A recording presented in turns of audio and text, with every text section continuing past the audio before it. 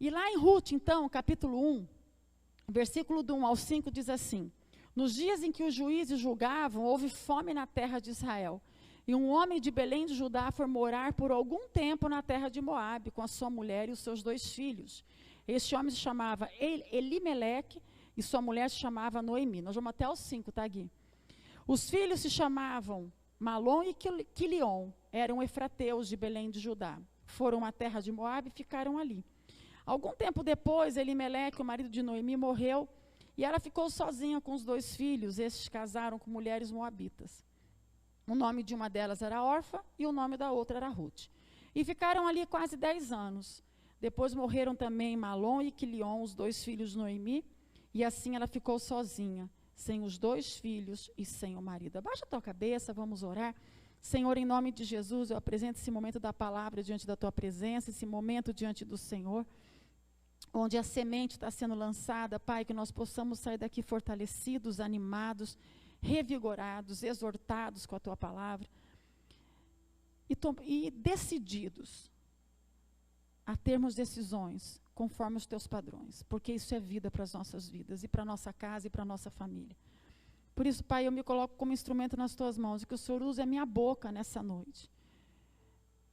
Que rios de águas vivas venham fluir para que a tua igreja seja alimentada, seja tocada e seja, Deus, influenciada pelo poder da tua palavra. Em nome de Jesus, é que eu quero te pedir. Amém. Então a Bíblia fala de... Então a Bíblia, esse livro de Rute, ele começa então contando a decisão feita por um pai de família. Ele começa falando sobre um pai de família, o seu nome era Elimeleque, que por causa da fome, ele morava ali em Belém, por causa da fome, ele então deixa a sua terra e ele vai então habitar na terra lá de Moabe, no meio dos moabitas, porque lá tinha comida e aonde ele estava começando a fome. É interessante que Elimeleque, ele vai embora com a sua família, ele pega a sua mulher, ele pega seus filhos e ele vai embora para buscar o quê? Alimento, para buscar o quê? Suprimento.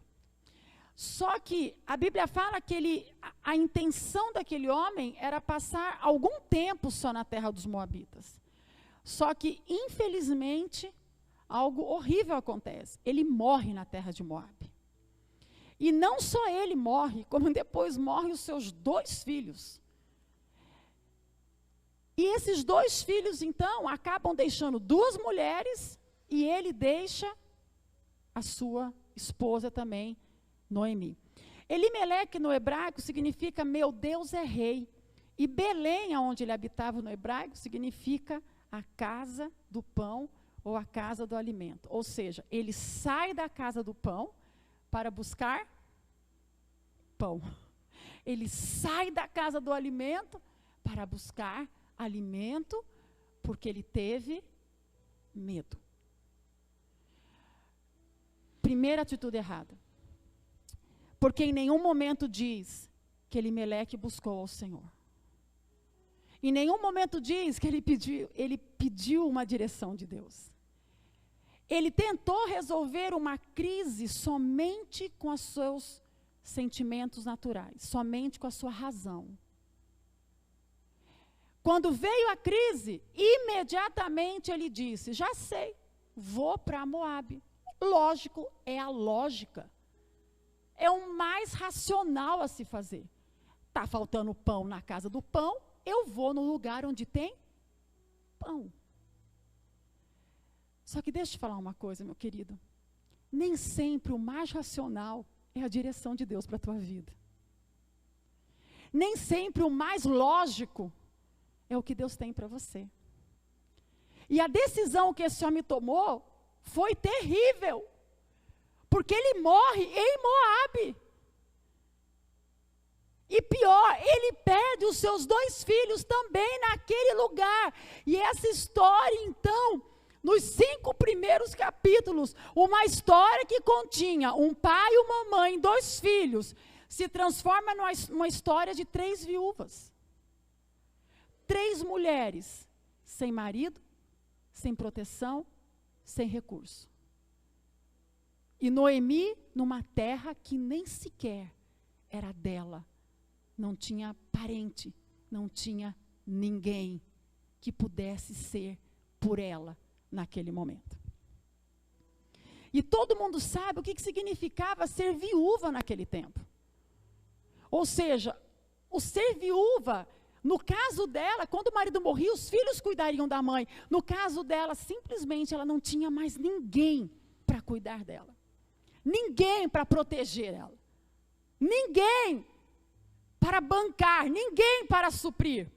E Noemi, então, no meio de uma crise, olha que interessante, no meio de uma crise, o marido dela pega toda a família e leva para um lugar que ele não deveria ir.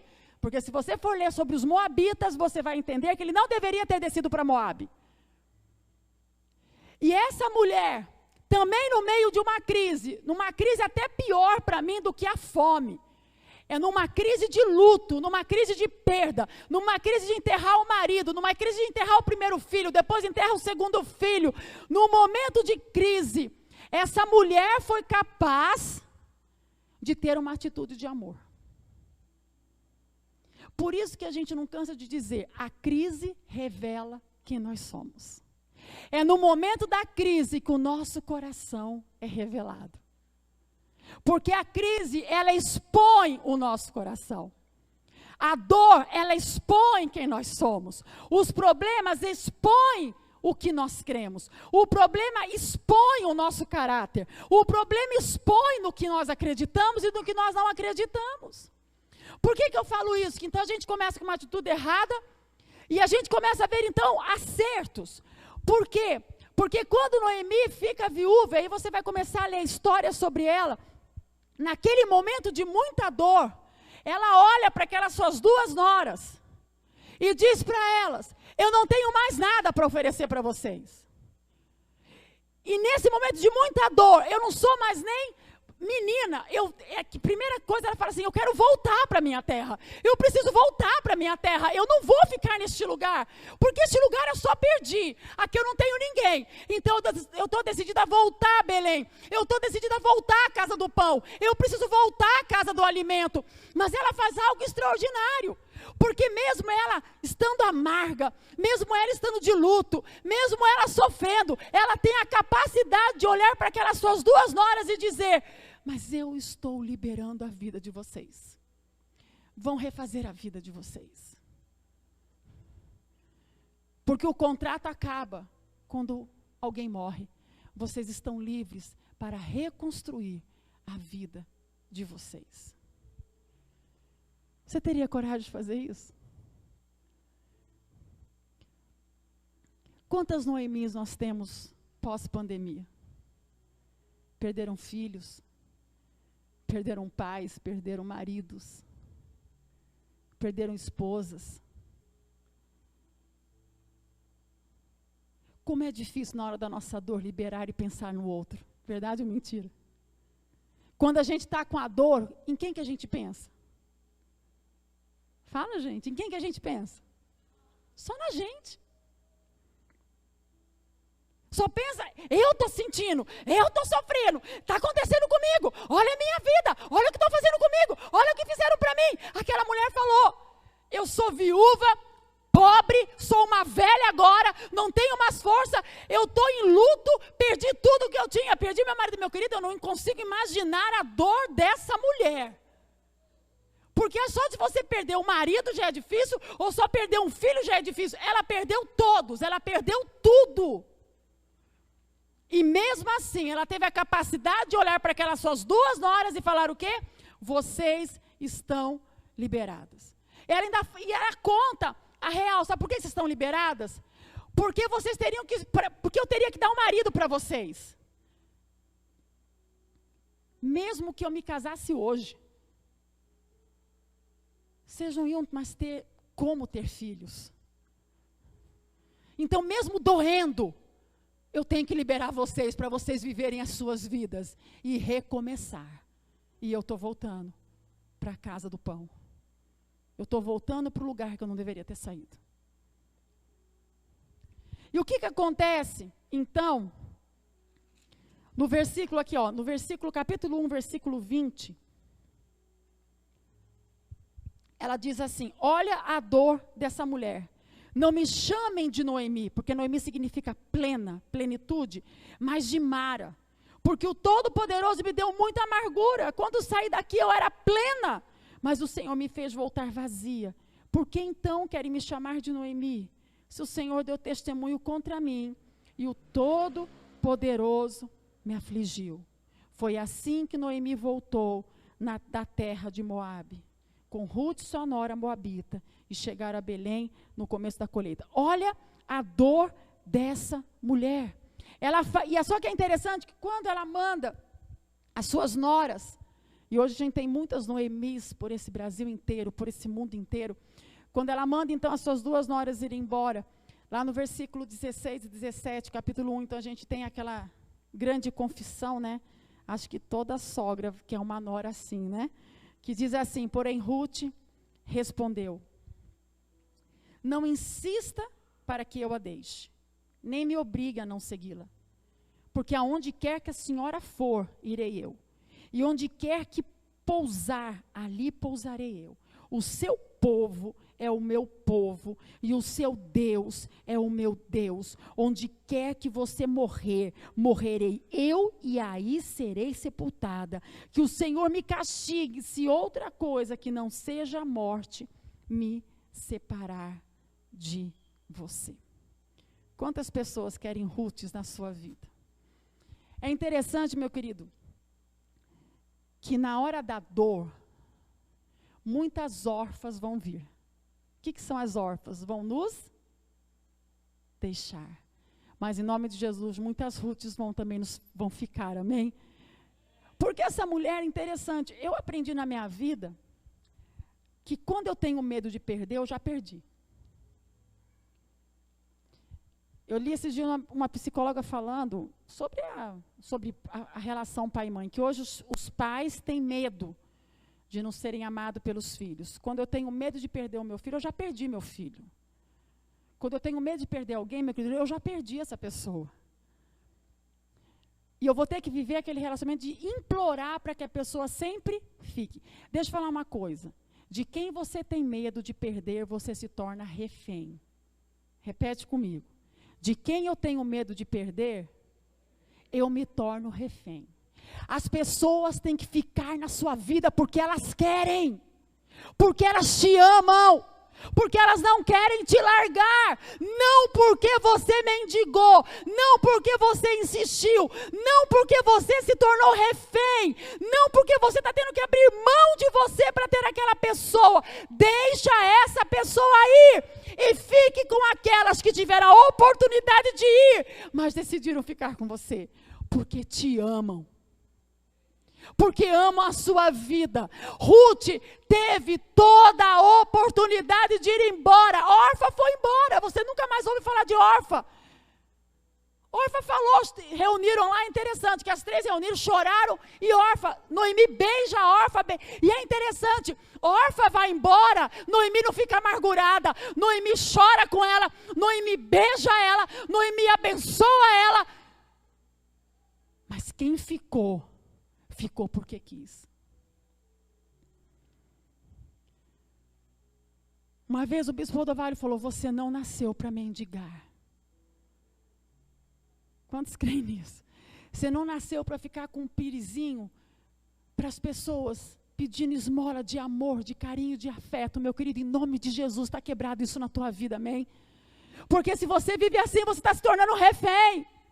E Deus não te criou para virar refém de ninguém. Deus não te criou para se tornar refém de relacionamentos. Quem vai ficar na tua vida vai ficar porque quer. Vai ficar porque não quer apenas ouvir a tua história. Vai ficar porque essa pessoa quer participar da tua história. É aquela pessoa que vai chorar com você, vai estar com você. Ela tinha todas as coisas para ir embora, mas ela decidiu ficar porque ela te ama. Quantos querem Ruths na sua vida? Muitas vezes nós somos as Noemis. Até os homens aí. O que significa isso de de Noemi. Meu querido, todos nós passamos por momentos de muita dor nas nossas vidas. Nós passamos por momentos de tristeza, passamos por momentos de desespero, passamos por momentos que parece que as coisas não vão mudar. Tudo fica escuro. Noemi estava nesse momento. Não fiquem comigo. É como se Noemi estivesse falando: eu sou a pior companhia para você. Tudo deu errado na minha vida. Nem fica comigo que acho que eu dou azar. Eu já perdi meu marido, meus filhos, vão embora, vai cuidar. Na realidade, olha o que a Noemi fez ainda. Vão embora, vão cuidar da vida de vocês. Tudo deu errado na minha vida, me deixa eu voltar para a casa do pão. Nem Deus me quer mais. Mas uma decide ficar. Não tem como imaginar a dor de Noemi. Alguém que consegue calcular a dor dessa mulher? Eu não consigo, gente. Nem pensando eu consigo. Só que Ruth decide. E é interessante porque o verdadeiro amor, ele me faz estar.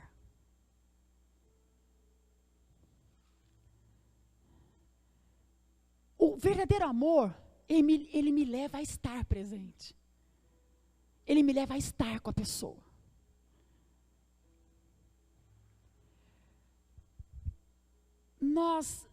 Tem gente que fala assim: eu não vou lá. Eu não tenho as respostas para dar para a pessoa está sofrendo, a pessoa acabou de perder o marido, a pessoa acabou de perder a esposa. Às vezes a pessoa fala para mim: bispo, o que eu faço? Ela perdeu o filho. Meu querido, você não precisa falar nada, você só precisa estar lá.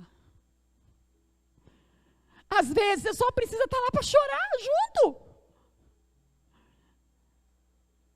Porque amar uma pessoa, escuta o que eu vou falar para você hoje. Amar uma pessoa não significa que você vai ter todas as respostas para aquela pessoa. Não significa que você vai resolver todos os problemas daquela pessoa. Só significa uma coisa: eu vou estar lá. Eu vou estar com você. Eu posso não saber nem o que te falar, mas eu vou estar lá. Nem que seja para chorar, eu vou estar lá. Isso é amor. Eu vou mudar a minha agenda, eu vou mudar a minha rota. Eu tinha outra coisa para fazer, mas eu vou para lá. Porque eu amo. Isso é amor. Ruth mudou a rota da vida dela. Porque ela amava Noemi. Ela amava aquela mulher. E a atitude de Ruth ainda vai além. Porque quando ela chega lá em Belém de Efrata, vamos lá abrir Ruth capítulo 2, versículo 2, diz assim: Ruth, a moabita, disse a Noemi: deixe-me ir ao campo para apanhar espigas atrás daquele que me permitir fazer isso. E aí Noemi responde: vá, minha filha. Ela se foi, chegou ao campo e apanhava espigas atrás dos ceifeiros. Por casualidade entrou na parte do campo que pertencia a Boaz, que era da família de Elimeleque, ela nem sabia. E no versículo 17 e 18 diz assim: e assim Ruth esteve apanhando espigas naquele campo até de tarde. Depois debulhou o que havia apanhado e foi quase 20 litros de cevada. Ela pegou o cereal e voltou para a cidade. E a sogra viu o quanto de cereal ela havia conseguido apanhar. Ruth também deu para a sogra a comida que lhe havia sobrado, depois que ela comeu, até ficar satisfeita. É interessante que Ruth não apenas disse para Noemi: eu também estou sofrendo, eu perdi o meu marido. Eu também estou na dor do luto. A sua dor deve ser muito maior, porque você perdeu 2 filhos e o marido. Eu perdi o meu marido também. As duas estavam de luto. Mas o que é mais interessante em Ruth é que ela não disse apenas para Noemi: eu vou estar lá. Ela disse o quê? Você está vendo escuridão, eu começo a ver uma saída para nós. Eu vou atrás de comida, porque agora não é mais hora de chorar, agora é hora de se alimentar. A gente precisa comer. Eu vou trabalhar. Eu vou lá catar espigas para nós duas. Meu Deus, que amor é esse? Esses dias eu ouvi até, quando eu me converti, já contei para vocês, eu estava em depressão. Eu vivi isso. A Gisela foi uma Ruth na minha vida. E sabe, e tinha vezes que a Gisela, eu contei uma vez, a gente foi conversar, quando ela ia começar a me acompanhar, eu tinha 18 anos, estava em depressão, e a gente, marcou de ir numa sorveteria para conversar. E eu estava muito mal, estava pesando 49 quilos, detonada emocionalmente. E aí, ela até conta que ela sentou na sorveteria comigo, a gente começou a tomar um sorvete, e eu comecei a chorar muito, e comecei a contar. E eu lembro que a Gisela só ficava me olhando. Ela não falava nada. Nada. E ela ficava me olhando, e às vezes o olho dela enchia de lágrimas, às vezes ela chorava comigo, chorava sozinha, às vezes ela chorava. E ela ficou me olhando. E a gente terminou. E ela só falou assim para mim: eu vou te ajudar. E depois de muito tempo que ela já estava me ajudando, ela falou assim: Bia, naquele dia na sorveteria, enquanto você me falava, eu orava em línguas. E eu falava assim: Espírito Santo, se o senhor não fizer alguma coisa por ela, essa menina vai morrer? Porque eu não sei nem por onde começar a ajudar esse ser. Ela falava o tempo todo que você conversava comigo, eu só orava em línguas. Que eu falava, eu não sei o que fazer com ela, eu não sei por onde começar a desatar esse nó. Mas, meu querido, ela fez a melhor coisa, ela ficou comigo o tempo todo. Ela estava lá. Sabe o que ela começou a fazer comigo? Ela ia na minha casa. E para eu não ficar na cama deitada, ela ia lá em casa e falava assim: vamos levantar, vamos para o supermercado comigo, você vai hoje no supermercado comigo, vamos tomar café da manhã comigo. E a minha mãe e meu pai começaram a deixar, ela me tirava da cama. Ruth, eu vou lá buscar espiga. Sabe aquela amiga que chega na tua casa e fala: abre a cortina, vamos levantar. Tá bom, ontem nós choramos, hoje vamos tomar um café. É amor.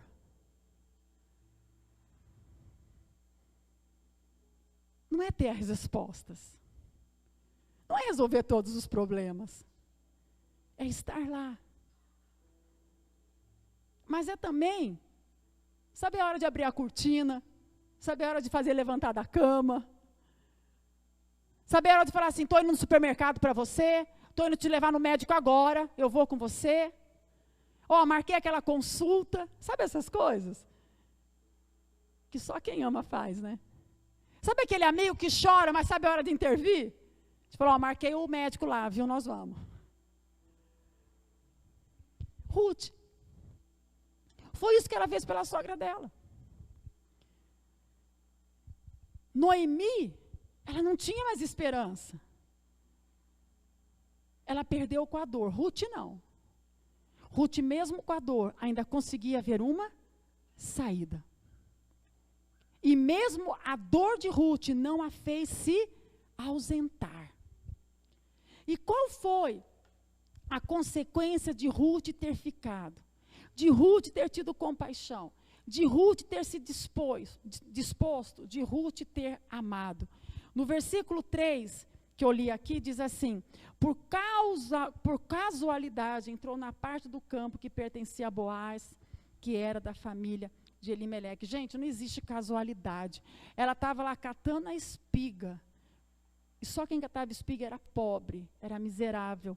Então, Deus fez uma lei que quando os agricultores fossem fazer a colheita, eles tinham que deixar espigas. Eles não tinham que catar as espigas que caíam, para que quando viesse o pobre, eles encontrassem as espigas. Isso foi Deus que mandou fazer. Então, ela estava usufruindo disso que Deus tinha falado. Então, aquele homem era rico.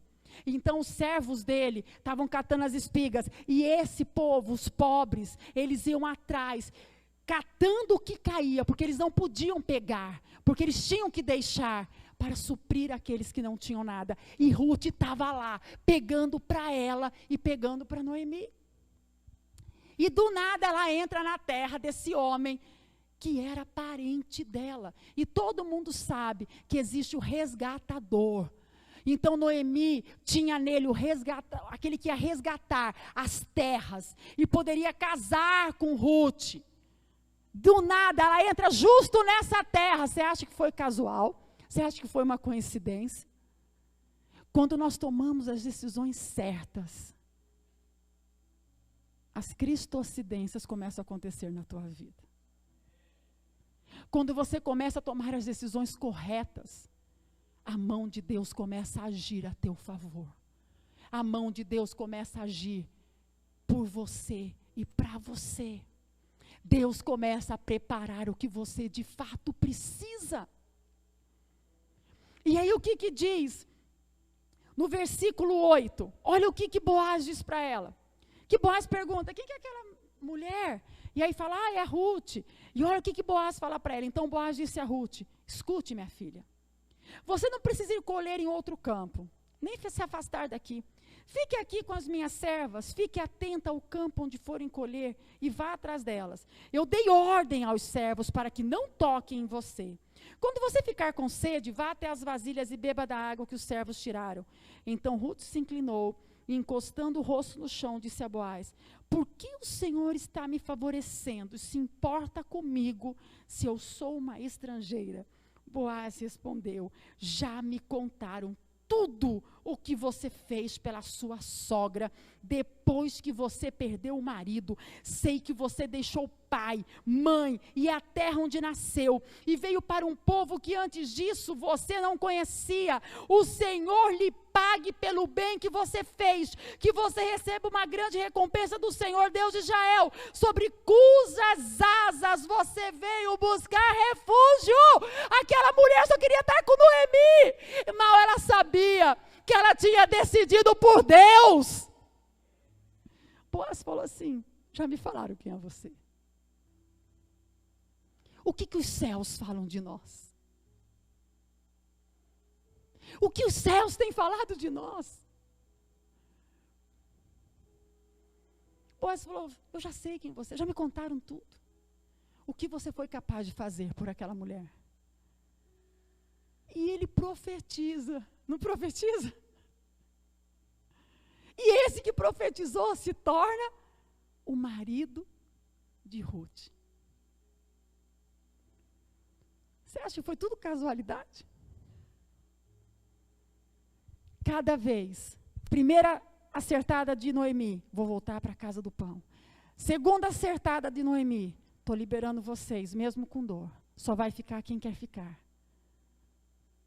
Primeira atitude correta de Ruth, eu vou estar.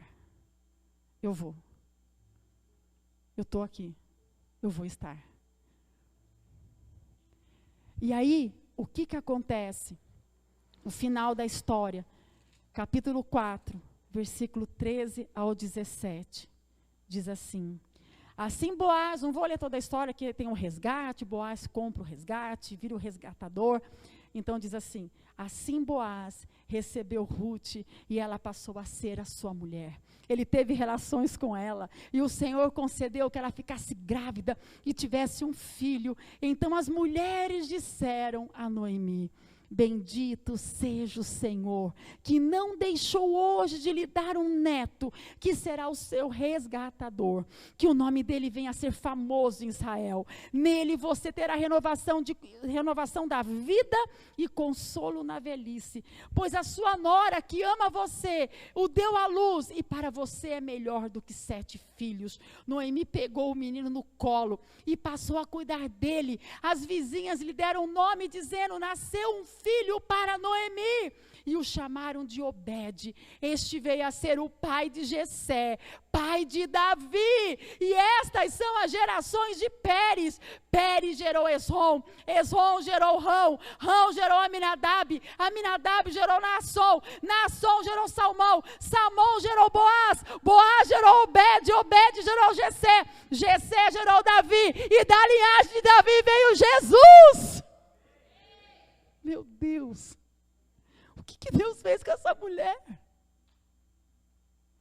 Porque ela decidiu amar, ela decidiu ter compaixão, ela decidiu fazer o certo, mesmo com vontade de fazer outra coisa.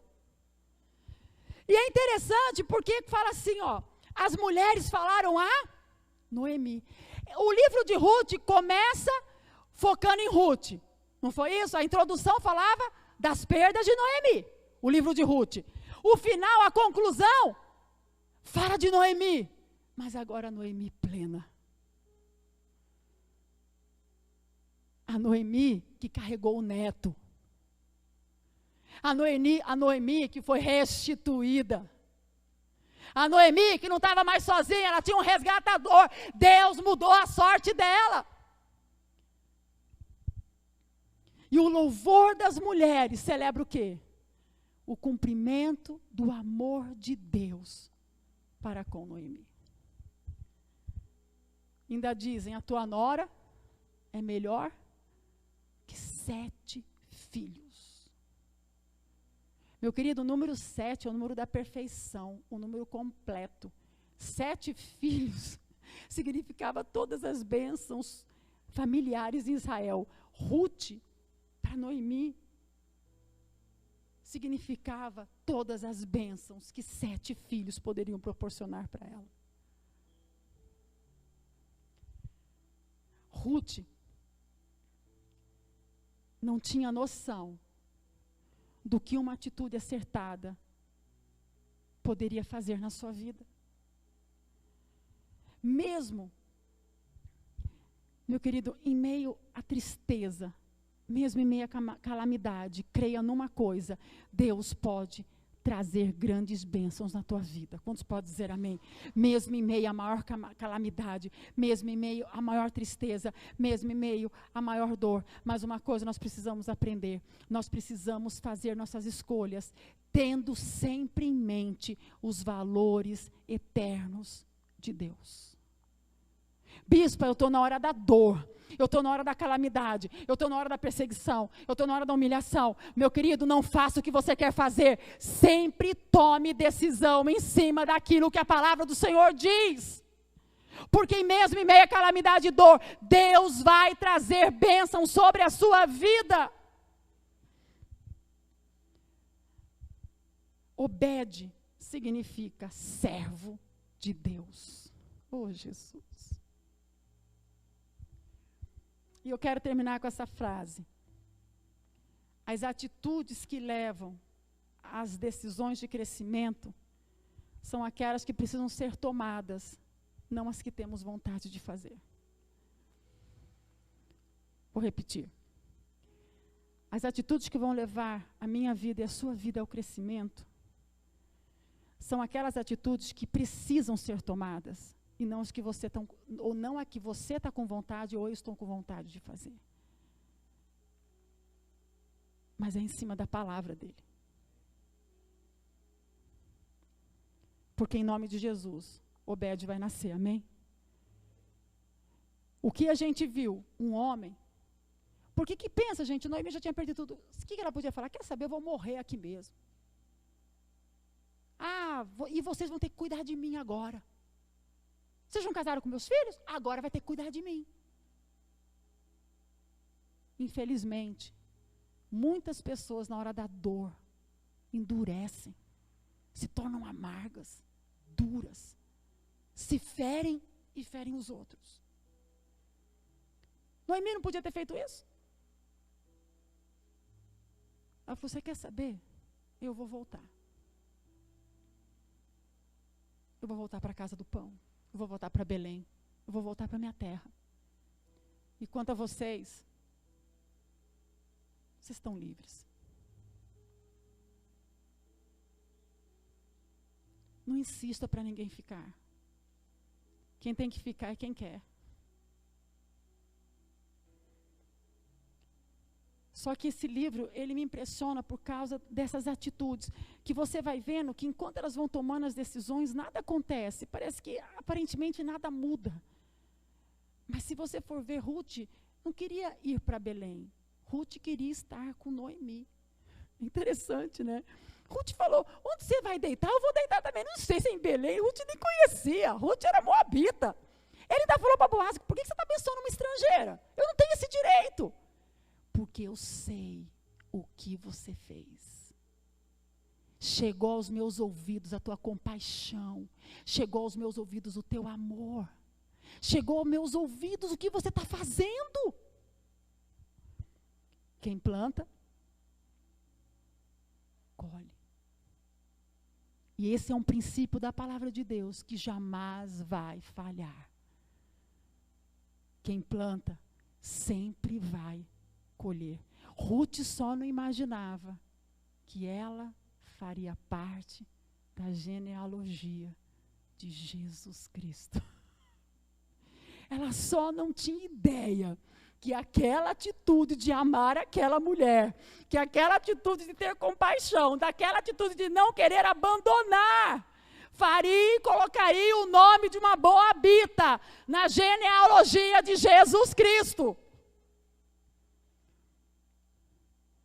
Como também a prostituta Raabe não sabia que porque ela tinha tomado a decisão certa, o nome dela também constaria.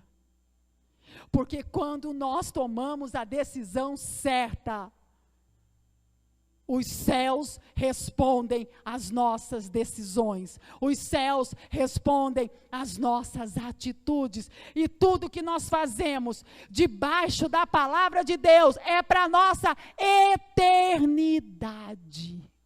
Tudo que você faz segundo a tua vontade nessa terra, é só para a terra, prazer só na terra, mas tudo que você toma de decisão, segundo a palavra de Deus, você está tomando para a sua eternidade. Por isso, meu querido, que a gente pode declarar, Ele faz infinitamente mais do que tudo quanto pedimos ou pensamos, conforme o seu poder que opera em nós, porque cada acerto meu na palavra está ecoando nas regiões celestiais para a minha eternidade. E nós vamos colher em nome de Jesus, não somente aqui na terra, nós vamos colher na eternidade. Quantos querem colher na eternidade? Em nome de Jesus, fique em pé. E nós vamos orar neste momento.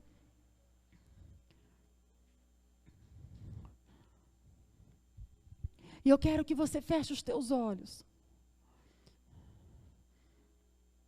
E eu quero que você ore, meu querido, neste momento. Eu não estou dizendo aqui, você tem que deixar tudo para ir lá. Não, meu querido. Ah, mas quem ama está sempre lá. Quem ama muda a agenda, quem ama muda a rota.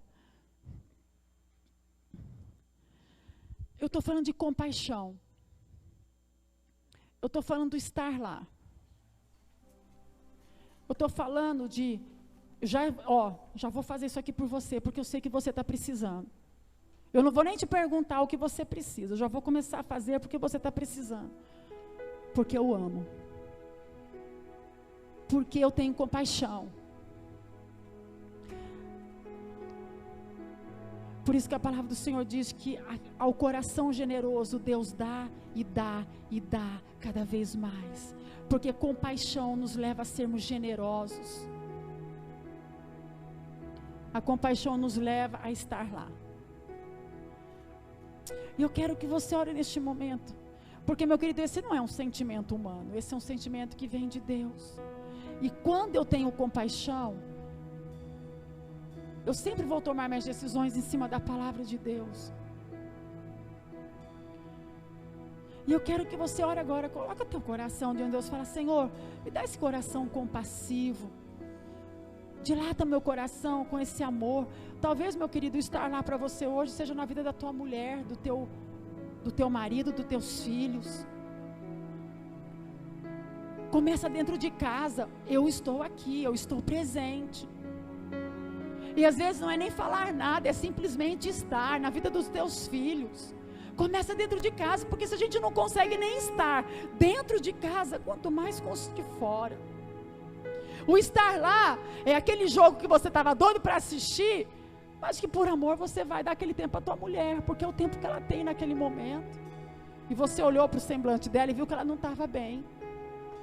Isso é amor. Como ela também.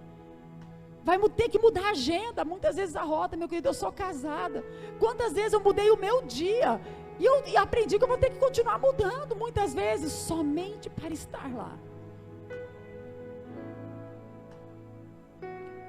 Às vezes, com as pessoas que nós amamos, a gente tinha compromisso, a gente vai lá e desmarca, somente para estar lá. Mas tudo que a gente faz, debaixo dessa palavra de Deus, está ecoando para a nossa eternidade. E se essa compaixão No momento da dor, essa compaixão, aí que ela precisa vibrar mais ainda. Em nome de Jesus. Espírito Santo de Deus. Uma chance igual a essa, talvez eu não tenha mais.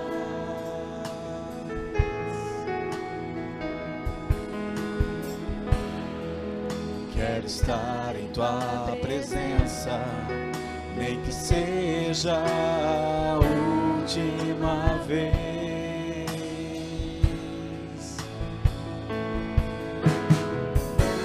Se tiver que gritar, eu gritarei.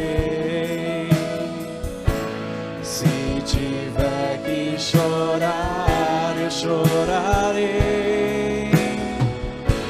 Se tiver que humilhar o meu espírito, assim o farei. Me dá mais uma chance. Eu quero nascer do teu espírito. Eu quero matar minha carne, fazer tua vontade, doce Espírito, que a minha vida seja tua vida, Jesus. Eu quero nascer do teu Espírito. Eu quero matar minha carne, fazer tua vontade, doce Espírito, que a minha vida seja tua, Jesus. Declara de novo. Do teu Espírito. Declara, igreja, fala para ele. Eu quero matar minha carne, fazer tua vontade, doce Espírito, que a minha vida seja tua vida, Jesus. Em nome de Jesus. Que isso comece nas nossas casas, amém? Que isso comece nas nossas famílias. Muitas vezes nas nossas casas, a gente às vezes vai ser a Noemi e às vezes nós vamos ser Ruth. Mas se você aprende isso dentro da tua família, meu querido, você vai fazer isso pelos outros.